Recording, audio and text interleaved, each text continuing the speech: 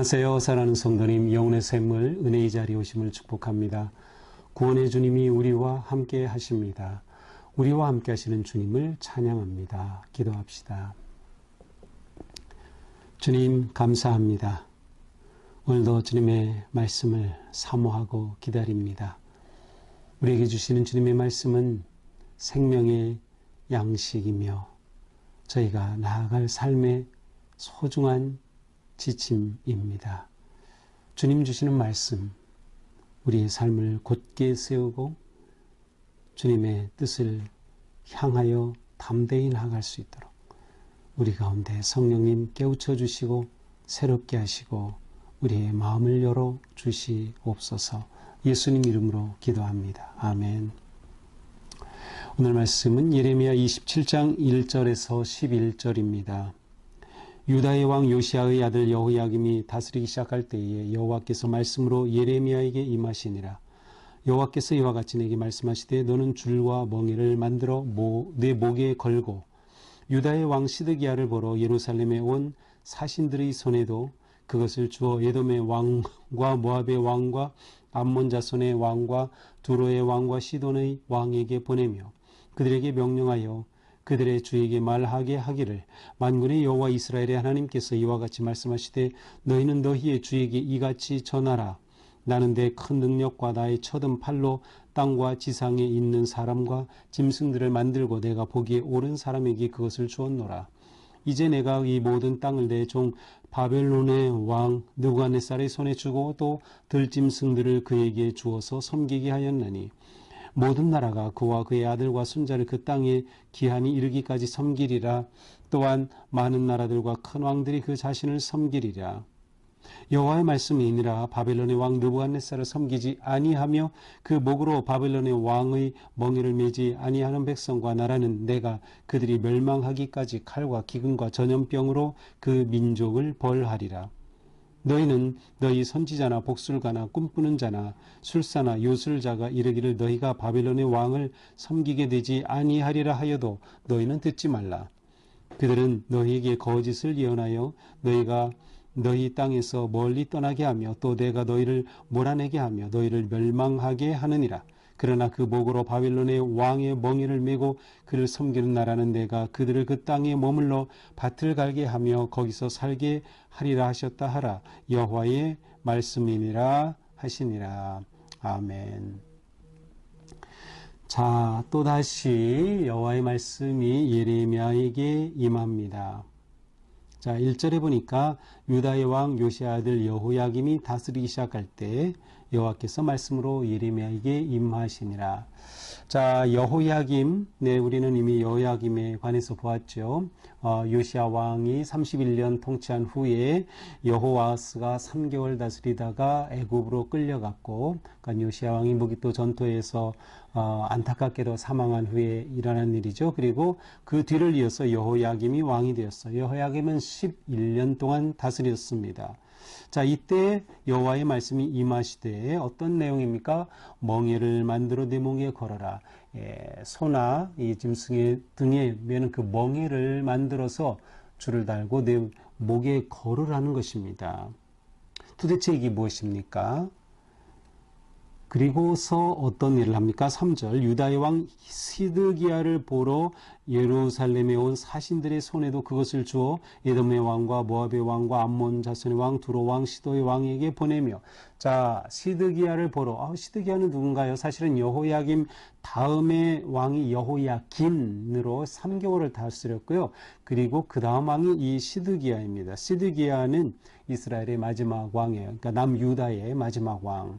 20대 왕인데, 그러니까 앞에 여호야김 때의 말씀이 주어졌는데 시드기야가 나와요. 그래서 이 여호야김과 시드기야 사이는 11년의 간격이 있습니다. 그래서 보통 학자들은 이제 1절의 여호야김을 시드기야의 잘못된 기록으로 이렇게 보통 봅니다. 그러나 굳이 여호야김으로 기록되어 있으니 이대로 믿어야 한다라고 주장한다면 여호야김 때에 여호와의 말씀이 임하였던 것을 시드기야 왕 때에 예레미야가 또 이렇게 실제적으로 행했다. 이렇게 보는 수밖에 없을 것 같습니다. 자, 시드기야를 보러 예루살렘에 사신들이 왔어요. 주변 5나라의 사신들입니다. 남쪽에 있는 에돔의 왕이 보낸 그러한 사신, 또 북쪽에 있는 두로와 시돈, 그리고 동쪽에 있는 모압 왕, 또 암몬의 왕이 보낸 그러한 사신들이 모였어요. 그러니까 6나라가 지금 모여 있는 겁니다. 뭐 때문에 모였을까요? 아마도 바벨론에 대항하기 위한 그러한 회의가 아닐까, 이러한 생각을 해 봅니다. 거꾸로 바벨론을 에 대해 어떻게 긍정적으로 할까 하는 주장도 있지만 그것은 좀 아닌 것 같아요. 자, 이렇게 모여 있는 그들에게 예레미야가 자기가 똑같이 그렇게 만들어 주라는 것입니다. 그러면서 그들에게 명령하죠. 그들에게 말하기를, 만군의 여호와 이스라엘의 하나님께서 이와 같이 말씀하시되, 하나님이 내게 말씀하셨다. 뭐라고 하셨습니까? 나는 내 능력과 나의 쳐든 팔로 땅과 지상에 있는 사람 짐승을 만들고 내가 보기에 옳은 사람에게 그것을 주었노라. 자, 하나님이 창조주 하나님이심을 말씀하시는 거예요. 내가 이 온 땅과 만물, 그것은 더 나아가 사람, 나라까지도 만드신 거예요. 그 주인이 되시는 거예요. 그래서 그 모든 것을 만들었을 뿐만 아니라 내가 보기에 좋은 사람에게 그것을 주었다. 다시 말하면 각각 나라의 왕을 하나님이 세우셨다. 그런 의미죠. 자, 그러니까 이것을 통해서 창조주 하나님, 그리고 하나님의 주권적으로 통치하심을 말하는 겁니다. 무엇을? 온 세계를, 온 세상을. 이러한 하나님의 말씀이다라는 것이죠. 그 말씀의 핵심은 무엇입니까? 하나님께서는 내 종 바벨론 왕 느부갓네살에게 모든 것을 주었다. 지금 바벨론이 신흥국으로서 아주 강력하게 지금 일어나서 이 가나안 팔레스타인 지역까지 지금 쳐들어오고 있어요. 그런데 하나님께서 바벨론의 왕을 다스리고 계시다는 거예요. 바벨론의 왕조차도 내가 세운 것이다. 그래서 그 손에 내가 너희를 넘겨주려고 하는 거다. 왜 넘겨줍니까? 하나님을 떠나고 배반하고 불순종하고 유다 백성들이 우상에 빠지고 왕들이 다른 나라에 가서 도움을 구하고 하나님을 의지하지 않는 거예요. 하나님께서 심판하시는 거죠.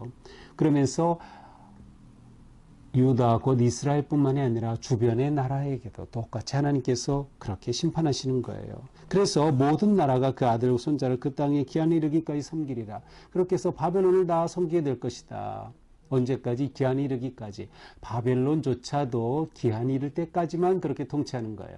하나님께서 바벨론조차도 때가 되면은 바꾸시는 거예요.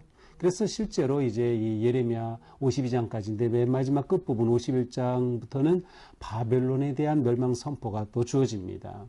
자, 이렇게 지금 5나라들에게 선포하는 거예요. 그러니까 오늘 말씀은 유다, 이스라엘 백성들이 아닌 이방 나라들에게 주는 겁니다. 사실은 이렇게 오늘 본문에 짧게 나오고요. 마지막 뒷부분에 가서 한 40 몇 장인가 그 정도 46장쯤 되는 거기에서부터 이제 이방 나라들에 대한 예레미야의 마지막 그 예언의 선포가 모아져 있습니다. 자, 이렇게 하라는 것이죠. 자, 예레미야가 멍에를 맸다라는 것은 굉장히 상징적인 행동이죠. 멍에는 무엇을 말합니까? 속박을 말하죠. 종이 되는 것을 말하죠. 그렇습니다. 이것을 통해서 무엇을 말해요? 정치적 멍에를 맬 것이다. 너희가 바벨론에게 멸망한다. 지배를 받는다. 그런데 이것이 하나님의 뜻이라는 거예요. 하나님께서 그들을 심판하시며 벌을 주시는 방식이 바벨론을 통해 너희를 그렇게 멍에 매도록 한다. 정치적으로 나라가 그들을 바벨론 앞에 섬기게 되는 그러한 상황을 의미하는 것이죠. 그러니까 바벨론이 이렇게 다가와 심판하는 것이 전쟁하고 너희를 무찌르는 것이 하나님의 심판의 계획이 있는 것이니 너희가 이것을 달게 받으라는 거예요. 하나님의 심판을 달게 받아라. 그런데 이것이 예레미야의 선포이죠. 메시지죠. 그러나 거짓 메시지를 선포하는 거짓 예언자, 거짓 지도자들이 있어요. 그래서 어떻게 됩니까?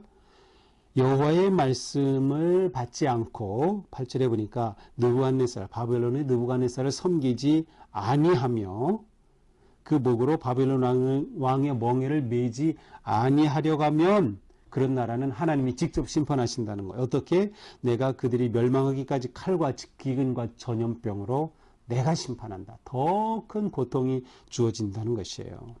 그러므로 너희에 대해서 바빌론에 너희를 점령하지 못한다. 바벨론을 섬기지 말아라. 그렇게 되지 않는다라고 말하는 거짓 선지자들 9절 거짓 선지자들 그들의 말을 들으면 안 된다는 것이죠. 그들이 거짓 예언을 하는 것이다.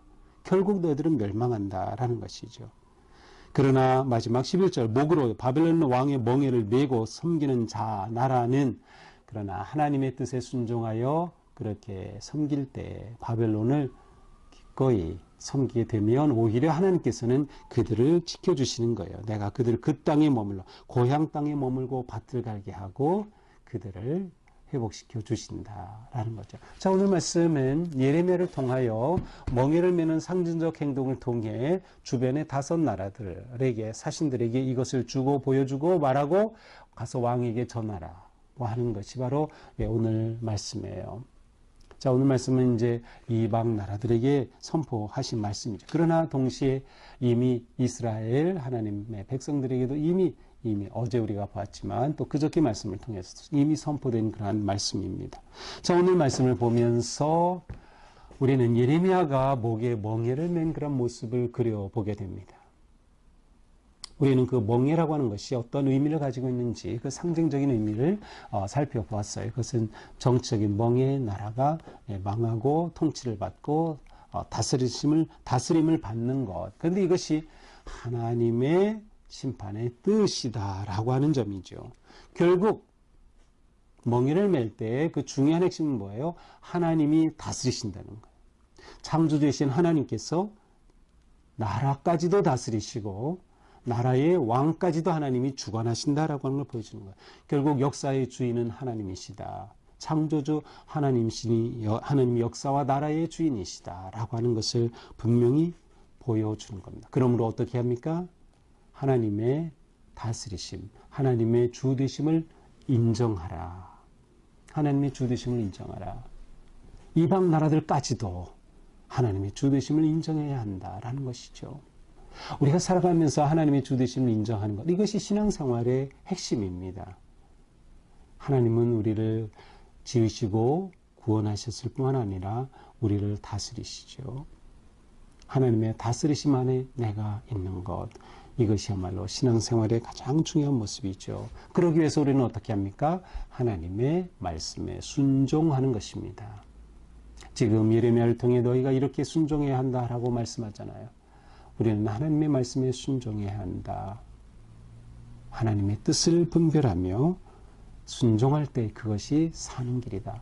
심지어 하나님의 심판에까지도 우리는 기꺼이 순종하는 겁니다. 하나님의 벌을 달게 받아라 라고 하는 것이죠.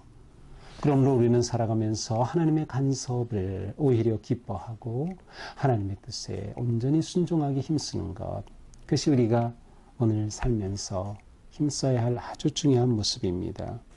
자, 우리는 여기서 멍에라고 하는 그러한 단어를 할 때 저에게 떠오른 것은 바로 예수님의 십자가였습니다. 예수님은 우리를 구원하시기 위해 스스로 죄의 멍에를 지셨어요. 그렇게 지심으로 우리의 죄를 대속해 주신 거죠. 자, 그러니 우리는 하나님께서 예수님에게 멍에를 지우셨던 그 사랑, 그래서 우리를 사랑하시고 구원하신 그 은혜, 우리가 이것을 잊으면 안 된다. 하나님께서는 예레미야의 멍에를 통해서 이방 나라들까지도 돌보시고 주장하심을 보여주셨듯이 우리는 예수님의 사랑의 멍에를 인하여 구원 얻었으니 우리 기꺼이 내가 또한 져야 할 멍에가 있다면 지면서 담대하게 믿음으로 나아갈 수 있는 그런 복된 성도들이 되기를 축복합니다. 기도합시다. 주님, 감사합니다. 하나님의 사랑은 끝이 없고 그 사랑은 온 세상을 다스리시며 우리의 삶 또한 다스리심을 믿습니다. 저희의 삶이 오직 주님께 순종하며 순종만이 살 길임을 기억하고 오늘도 주님의 은혜 안에서 주님의 이끄심을, 주님의 인도하심을 기쁨으로 따르는 복된 성도들이 되게 하여 주시옵소서. 예수님 이름으로 기도합니다. 아멘. 네, 오늘도 주님의 은혜로 우리의 삶이 거룩하고 또 새로워지기를 축복합니다. 사랑합니다.